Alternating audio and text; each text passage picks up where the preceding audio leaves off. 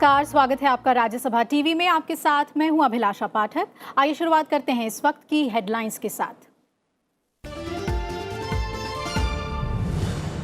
2024 तक हर घर को पेयजल पहुंचाने का लक्ष्य। केंद्रीय जल शक्ति मंत्री गजेंद्र सिंह शेखावत ने विभिन्न राज्यों के जल संसाधन मंत्रियों के साथ बैठक में किया ऐलान। कहा, जल संरक्षण को बढ़ावा देने के साथ 14 करोड़ घरों तक पीने का पानी पहुंचाने की योजना पर काम कर रही है सरकार।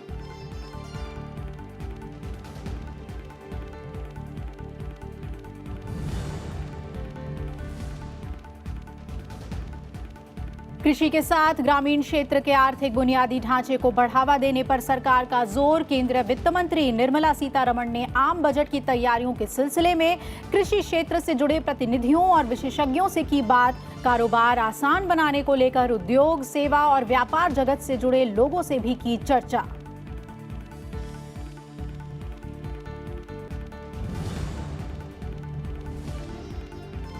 वायुसेना के लापता विमान AN-32 का 8 दिन बाद मिला मलबा। अरुणाचल प्रदेश के सियांग जिले में 12,000 फीट की ऊंचाई पर MI-17 हेलीकॉप्टर ने खोजे विमान के टुकड़े। 3 जून को असम के जोरहाट से उड़ान भरने के बाद टूट गया था संपर्क।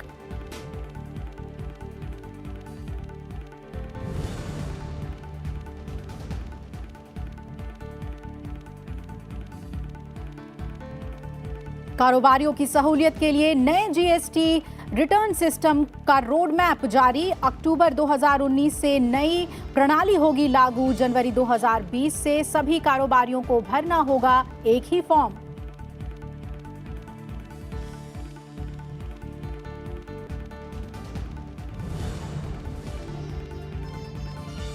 और गुजरात की तरफ तेजी से बढ़ रहा है चक्रवाती तूफान वायु। केंद्रीय गृह मंत्री अमित शाह ने तूफान से निपटने के लिए संबंधित राज्यों और एजेंसियों के साथ की उच्च स्तरीय बैठक। 13 जून की सुबह गुजरात तट से टकराने का अनुमान।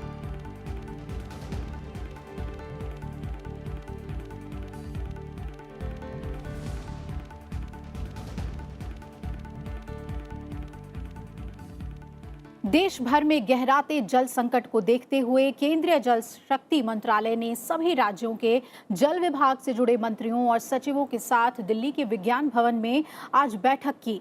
केंद्रीय जल शक्ति मंत्री गजेंद्र सिंह शेखावत ने कहा कि मोदी सरकार का 2024 तक हर घर तक नल का पानी पहुंचाने का लक्ष्य है। हर घर में बिजली, गैस पहुंचाने के बाद अब प्रधानमंत्री नरेंद्र मोदी के नेतृत्व की सरकार ने हर घर में नल का पानी पहुंचाने का लक्ष्य रखा है। केंद्रीय जल शक्ति मंत्री गजेंद्र सिंह शेखावत ने कहा कि केंद्र सरकार का 2024 तक लक्ष्य को पूरा करने का संकल्प है। जल शक्ति मंत्री ने माना कि आज भी देश में 14 करोड़ घर ऐसे हैं जिनके पास पीने का पानी नहीं पहुंच पाता है। भारत के लिए निश्चित रूप से बहुत बड़ी चिंता का विषय है, क्योंकि per capita availability of water, वो हमारे यहाँ टोटल अवेलेबिलिटी ऑफ वाटर को यदि हम पर कैपिटा से कन्वर्ट करने के लिए सबसे बड़ी population, human population as well as the life stock population जो है दुनिया की, वो हमारे पास में है। और ऐसी परिस्थिति में हमारे पास में पर कैपिटा वाटर की अवेलेबिलिटी जो है कम है। और अगर पिछले लगभग 40 साल के परिप्रेक्ष्य में देखा जाए, 1950 साल के परिप्रेक्ष्य में 1950 में जितनी हमारे पास में per capita availability of water था, वो घट करके आज उससे 1/3 भी नहीं रह गया और 3 गुना से ज़्यादा पॉपुलेशन हो गई। जल शक्ति मंत्रालय के मुताबिक जहां सिक्किम जैसे राज्य में 99% घरों में नल से पीने का पानी उपलब्ध है, वहीं उत्तर प्रदेश, बिहार, पश्चिम बंगाल, ओडिशा, छत्तीसगढ़ और झारखंड जैसे राज्यों में 5% घरों में भी ये सुविधा नहीं पहुंच पाई है।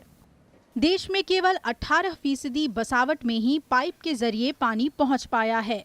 जल शक्ति मंत्रालय के मुताबिक पिछले करीब 70 साल में देश में पानी का संकट बढ़ता गया है। 1950 में जहां प्रति व्यक्ति 5,000 लीटर के हिसाब से पानी मुहैया था, वो आज घटकर प्रति व्यक्ति 1,400 लीटर ही रह गया है। जल शक्ति मंत्रालय के मुताबिक सरकार के सामने हर घर को पीने का पानी उपलब्ध करवाने के अलावा जल संरक्षण एक बड़ी चुनौती है। देश के आंकड़ों के परिप्रेक्ष्य में यदि टोटल हैबिटेशंस को पानी की सप्लाई के उपलब्धता के बारे में अगर मैं बात करूं तो वो आंकड़ा लगभग आज की तारीख में 81%, 81.96% के आसपास है कि हम हैबिटेशंस, हो सकता है ग्राउंड रियलिटी शायद उससे अलग हो, लेकिन जो आंकड़े प्रदेशों के द्वारा प्रदत्त आंकड़े जो हैं, and since water is state subject as per the constitution, इसलिए प्राथमिक जिम्मेदारी निश्चित रूप से प्रदेशों की है। जल संरक्षण, वर्षा जल संरक्षण, क्योंकि एक एक बूंद पानी कीमती है, एक एक बूंद पानी जो बरसात से आती है, क्योंकि जिस तरह से जो जल की उपलब्धता जिस तरह से कम हो रही है, और वो एक बड़ी चुनौती का विषय बन रहा है। लेकिन इस बीच बैठक में शामिल सभी राज्यों के प्रतिनिधियों ने जहां पानी की समस्याओं को लेकर अपनी बात और प्रस्ताव रखे, वहीं पश्चिम बंगाल ने इस बैठक का बहिष्कार किया। ये बैठक सभी राज्यों के साथ जल संकट को लेकर बुलाई गई थी। अनु दीवान, राज्यसभा टीवी। वहीं केंद्रीय वित्त मंत्री निर्मला सीतारमण की अध्यक्षता में दिल्ली में आज बजट से पहले होने वाली परामर्श बैठक हुई। इस बैठक में ग्रामीण विकास, कृषि निकायों और कृषि क्षेत्र से जुड़े विशेषज्ञ शामिल हुए। परामर्श बैठक में वित्त मंत्री ने कृषि क्षेत्र के विकास और किसानों की आय दोगुनी करने के संबंध में विभिन्न कृषि संगठनों और कृषि अर्थशास्त्रियों से उनके विचार सुने। वित्त मंत्री ने बैठक में ग्रामीण क्षेत्र के आर्थिक और सामाजिक बुनियादी ढांचे को बढ़ावा देने के उपायों पर जोर दिया, जिससे कृषि और उससे जुड़े क्षेत्र के विकास के जरिए बेरोजगारी और गरीबी को खत्म किया जा सके। वित्त मंत्री ने दोहराया कि कृषि क्षेत्र सरकार की प्राथमिकता में शामिल है। उन्होंने कहा कि नीली क्रांति की कामयाबी के लिए वो मछली पालन क्षेत्र से जुड़े लोगों के साथ व्यापक विचार विमर्श करेंगी, जिससे समुद्री संसाधनों का बेहतर उपयोग किया जा सके। वित्त मंत्री पूर्व बजट परामर्श प्रक्रिया के तहत दूसरे क्षेत्रों से जुड़े विशेषज्ञों के साथ भी विचार विमर्श करेंगी। निर्मला सीतारमण 5 जुलाई को पहला पूर्ण बजट पेश करेंगी।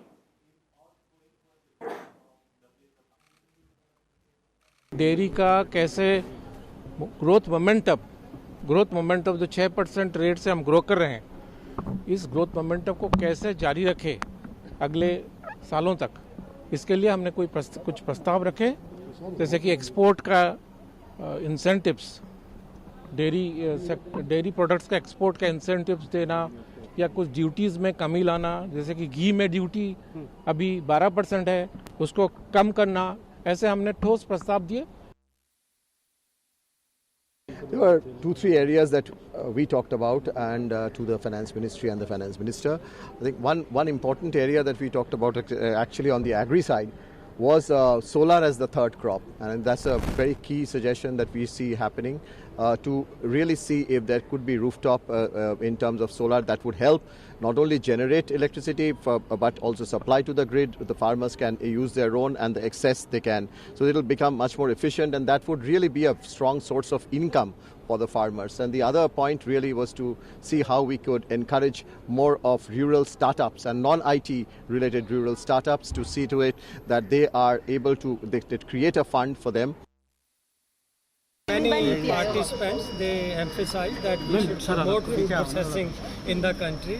Right now, if you look at growth rate of food processing, it is only in last 2 years that we had some growth in food processing. Before that, the growth rate was negative.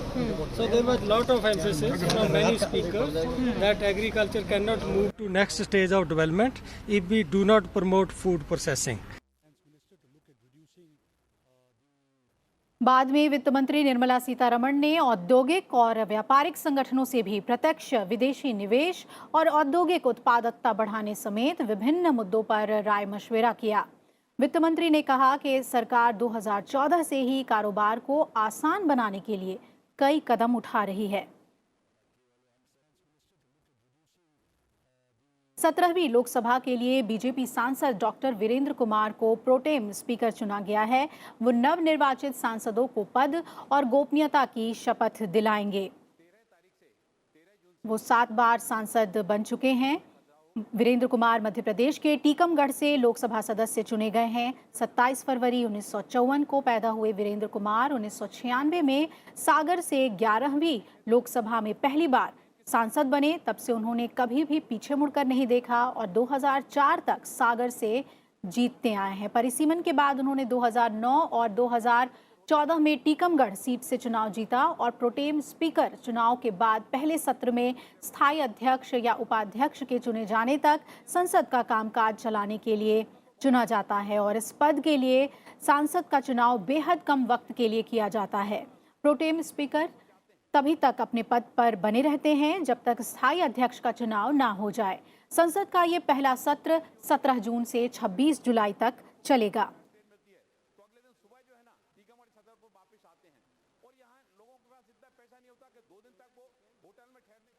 Odisha के मुख्यमंत्री नवीन पटनायक ने आज प्रधानमंत्री नरेंद्र मोदी से मुलाकात की। पटनायक ने प्रधानमंत्री को चुनाव में बड़ी जीत के लिए बधाई दी। साथ ही ओडिशा में आए चक्रवात के कारण राज्य को स्पेशल कैटेगरी का दर्जा देने जाने की मांग की।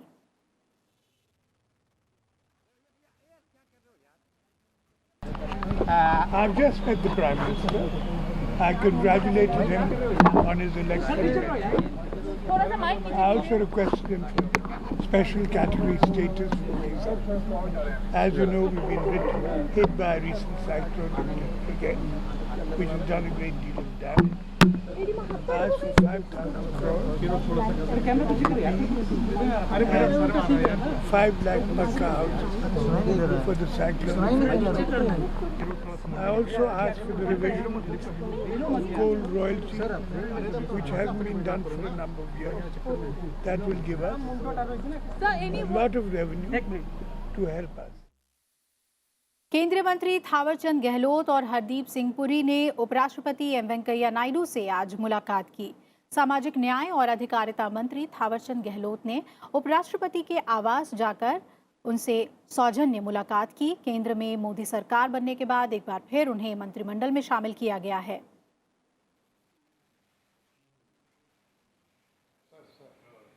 आवास और शहरी मामलों के मंत्री हरदीप सिंह पुरी ने भी उपराष्ट्रपति से आज मुलाकात की है और इससे पहले भी मोदी सरकार के कई मंत्री उपराष्ट्रपति से सौजन्य मुलाकात कर चुके हैं।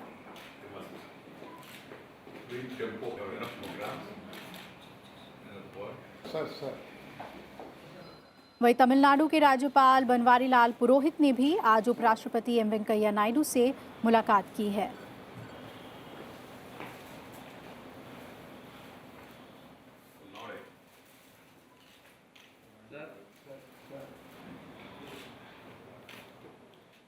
आइए खबरों में यहाँ पर रुकते हैं एक छोटे से ब्रेक के लिए। फौरन हाजिर होंगे, बने रहिए हमारे साथ।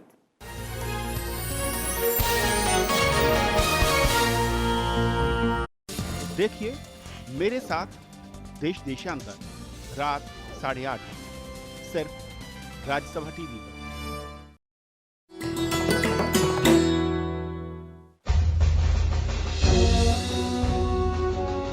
राष्ट्रपति भवन स्थित जयपुर स्तंभ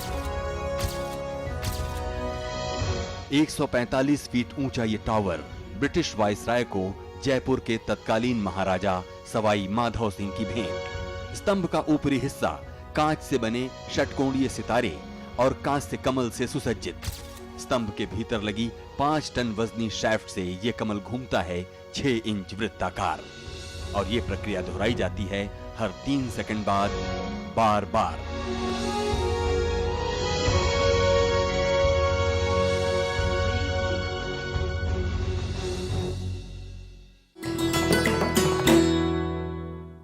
Watch The Big Picture with me, Frank Rausen Pereira, at 9:30 p.m.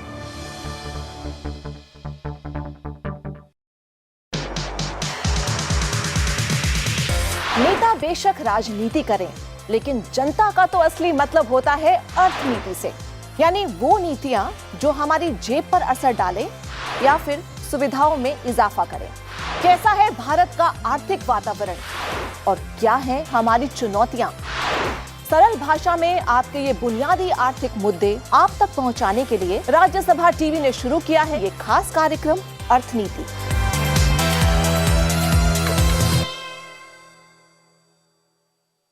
देखिए मेरे साथ देश देशांतर रात 8:30 सिर्फ राज्यसभा टीवी पर।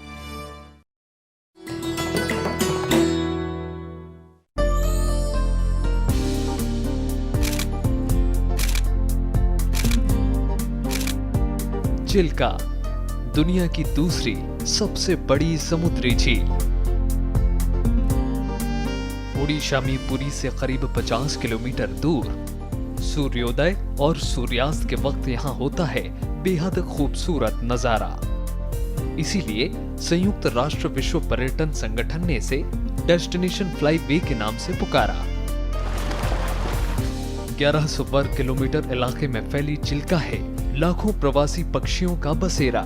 इसके खारे पानी में रहती हैं 225 तरह की मछलियां, हजारों जलीय वनस्पति और जीव जंतुओं की 800 से ज्यादा प्रजातियां।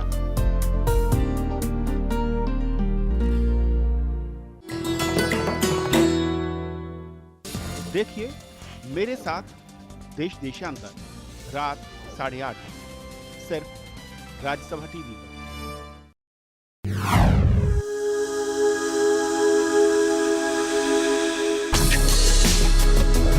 Tales that inspire. Stories of social change. A salute to diversity. Promoting public discourse. Events that motivate. Inspiring the innovative spirit. Watch Rajya Sabha television documentaries.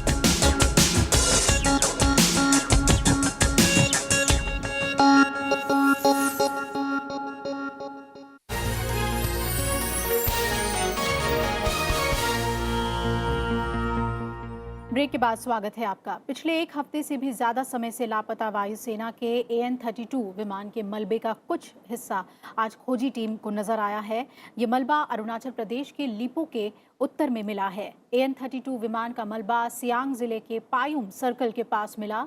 Search अभियान के दौरान MI-17 हेलीकॉप्टर को विमान का मलबा दिखा। AN-32 विमान 3 जून से ही लापता था। उड़ान भरने के कुछ देर बाद नियंत्रण कक्ष से विमान का संपर्क टूट गया था और विमान में चालक दल के 8 सदस्य और 5 यात्री सवार थे। इस सर्च ऑपरेशन में सुखोई Su-30 फाइटर जेट और C-130J ट्रांसपोर्ट प्लेन भी लगाए गए थे। इस काम में सेना के साथ साथ नेवी, ITBP, राज्य पुलिस और स्थानीय लोगों की टीमें भी लगी हुई थीं।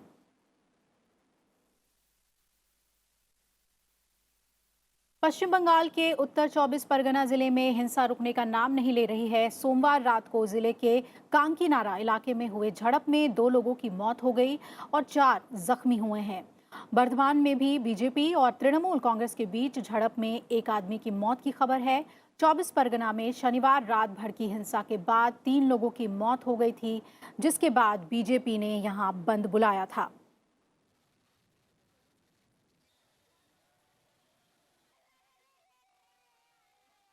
शरद कुमार को अंतरिम चीफ विजिलेंस कमिश्नर बनाया गया है। कार्मिक मंत्रालय की ओर से जारी आदेश में कहा गया है कि नए CVC की नियुक्ति तक शरद कुमार CVC के रूप में काम करेंगे।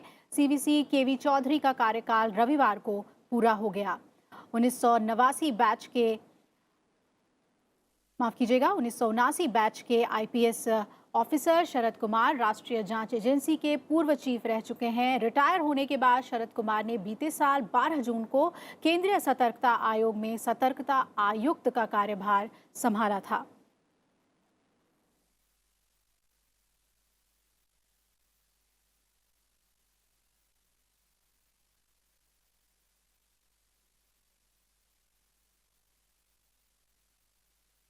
केंद्रीय वित्त मंत्रालय ने आज नए GST return system GST ANX-1 को लागू करने का रोड मैप जारी किया, जो अक्टूबर 2019 से लागू होगा।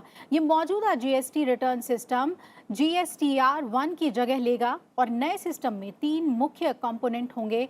इनमें मेन रिटर्न और 2 एनेक्स शामिल होंगे और जुलाई 2019 से लेकर सितंबर 2019 तक 3 माह के लिए नया रिटर्न सिस्टम एनेक्सर 1 और एनेक्सर 2 टैक्स पेयर के लिए ट्रायल के लिए मौजूद रहेगा। जनवरी 2020 के लिए सभी कारोबारियों को एक ही फॉर्म भरना होगा।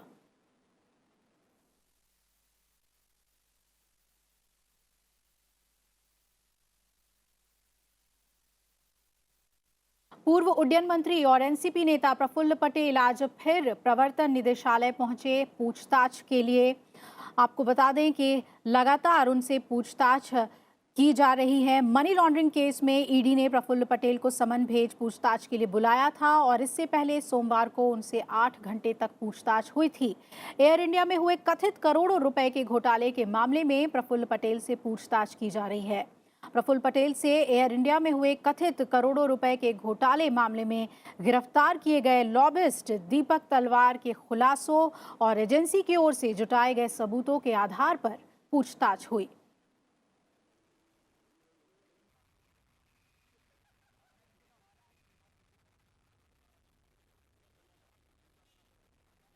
कैलाश मानसरोवर यात्रा के लिए पहला जत्था आज रवाना हो गया। विदेश मंत्री एस जयशंकर ने पहले जत्थे को झंडी दिखाकर रवाना किया। विदेश मंत्री ने तीर्थ यात्रा के आयोजन में चीन के सहयोग की सराहना की है।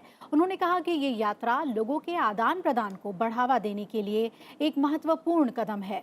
एस जयशंकर ने कहा कि इस यात्रा से दोनों देशों के बीच संबंध मजबूत हुए हैं और समझ को ये और भी बढ़ावा देगा।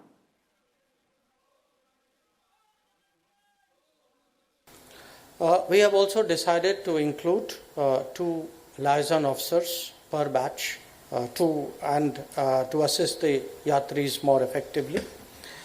And as part of our efforts to improve the yatra experience, we have decided to include liaison officers who have been there before. So that because it is not an easy yatra, that is something I think all of you know.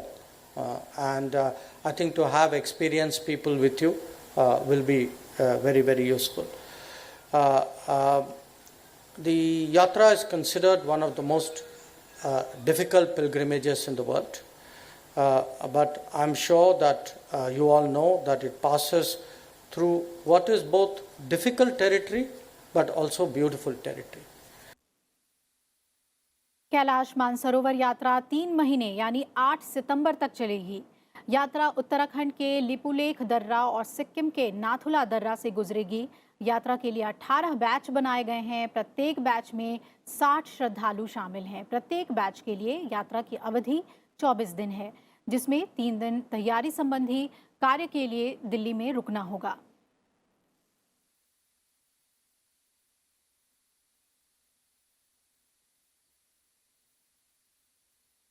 Jammu और कश्मीर के सोपोर में आतंकवादियों और सुरक्षा बलों के बीच मुठभेड़ चल रही है। इससे पहले शोपियां जिले में आज सुबह सुरक्षा बलों और आतंकवादियों के बीच मुठभेड़ हुई, जिसमें 2 आतंकियों को मार गिराया गया। दरअसल सुरक्षा बलों को शोपियां जिले के अवनीरा इलाके में आतंकियों के छिपे होने की खबर मिली थी और इसके बाद सेना ने फौरन तलाशी अभियान शुरू किया और इलाके की घेराबंदी कर दी। इस बीच आतंकियों ने जवानों पर हमला कर दिया। बदले में जवाबी कार्रवाई शुरू की गई, जिसमें 2 आतंकी मार गिराए गए। और इधर पाकिस्तान की ओर से गोलीबारी में हुए पुंछ सेक्टर में कल शहीद हुए लांस नायक मोहम्मद जावेद का पार्थिव शरीर आज दिल्ली लाया गया। पालम एयरपोर्ट पर रक्षा मंत्री राजनाथ सिंह और सेना अध्यक्ष जनरल विपिन रावत ने उन्हें श्रद्धांजलि अर्पित की।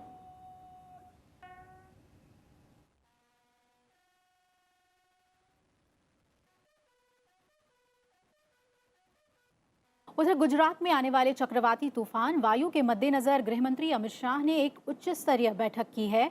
बैठक में केंद्र और राज्यों के मंत्रियों और संबंधित एजेंसियों से हालात की जानकारी ली गई। इस बैठक के बाद गृहमंत्री ने लोगों को सुरक्षा और उन्हें सुरक्षित जगहों पर पहुंचाने के लिए जरूरी कदम उठाने को कहा है।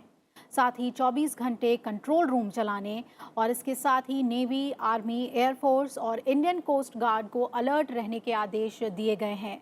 एनडीआरएफ की 35 टीमों की भी तैनाती की जा रही है। कैबिनेट सचिव पीके सिन्हा की अगुवाई में राष्ट्रीय आपदा प्रबंधन समिति ने भी बैठक कर हालात की समीक्षा की। मौसम विभाग के मुताबिक चक्रवाती तूफान वायु 110 से 120 किलोमीटर प्रति घंटे की रफ्तार से गुरुवार सुबह गुजरात के पोरबंदर से लगे तटीय क्षेत्रों में टकरा सकता है और इस दौरान हवा की रफ्तार अधिकतम 135 किलोमीटर प्रति घंटे हो सकती है।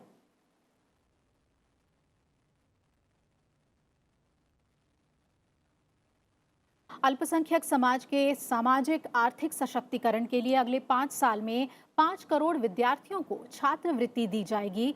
इनमें आधी संख्या में छात्रवृत्ति लड़कियों को दी जाएगी।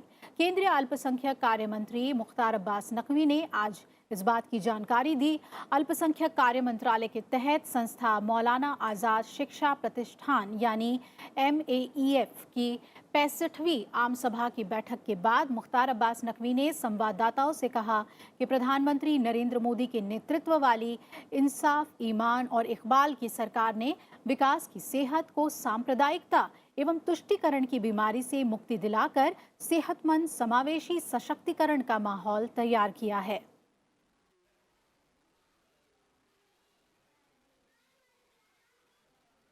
गर्मी का सितम पूरे उत्तर भारत में जारी है और गर्मी की तपिश ने आगरा से कोयम्बटूर जा रही केरल एक्सप्रेस में सफर कर रहे 4 बुजुर्गों की जान ले ली। बताया जा रहा है कि ये बुजुर्ग स्लीपर में यात्रा कर रहे थे, लेकिन भीषण गर्मी के कारण इन लोगों की मौत हो गई।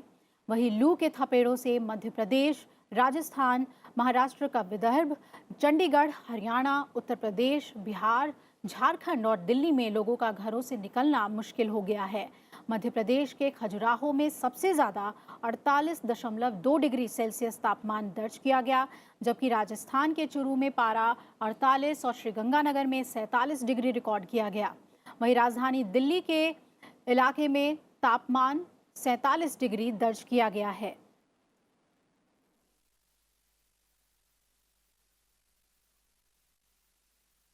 इसी के साथ इस बुलेटिन में फिलहाल मेरे साथ इतना ही, लेकिन चलते चलते आपको छोड़े जाते हैं देश भर में अलग अलग हिस्सों के मौसम के हाल की जानकारी के साथ। नमस्कार।